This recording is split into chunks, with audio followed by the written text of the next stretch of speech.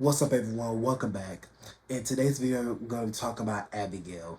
The film is about a group of criminals that take the daughter of an underworld figure and retreat to an isolated mansion, locked inside, unaware that they are with no ordinary little girl.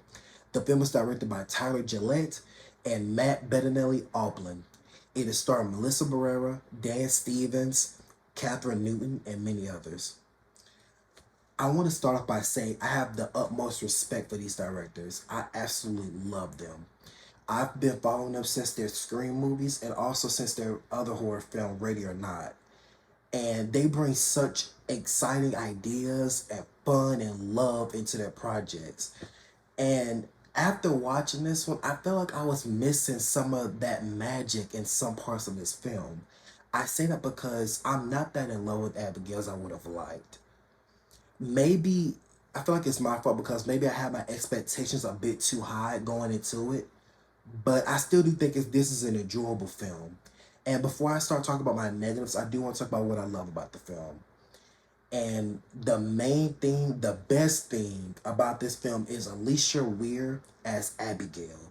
She is fantastic. I absolutely love her. I'm not sure if this is going to be our last time seeing this character. Like, I'm not sure how the film is doing in the box office, but if this is the last time we see her, then this is going to be a like lasting impression because she killed it. I absolutely loved her.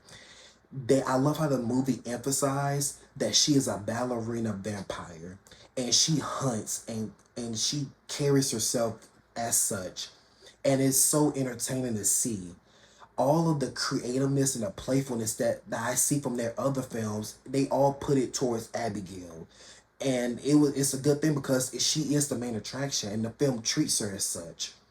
The film also has nice humor. I found myself laughing a lot. I did like the humor in this movie. And it also has really nice practical effects.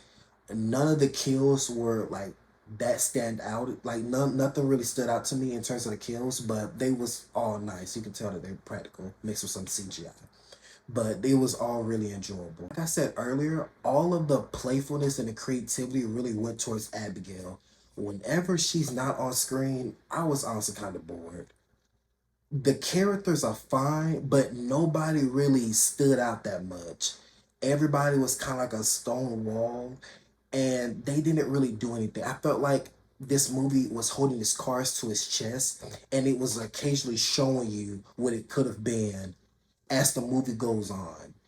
And all the kids just kept yelling at each other, and it got old super quickly. I felt like it was holding back. This movie felt like it was holding itself back for some reason, and not only on his kills but also on his premise. I feel like we could have like covered more ground, and it was just holding itself back and not doing much to stand out or to just really explore his premise.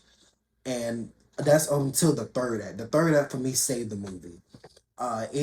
It still didn't do enough to make the movie stand out completely, but it was the only act in the film where the movie had fun and it really let loose. And especially when Dan Stevens stepped in. Well, I really do enjoy him as well. Dan Stevens is fantastic in here. He's my second favorite best part of this movie, and he was able to let loose and really enjoy what was going on.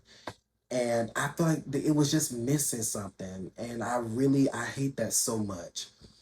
And I it was a bit of a disappointment for me personally, but I still really do like this movie. I wanted to do good.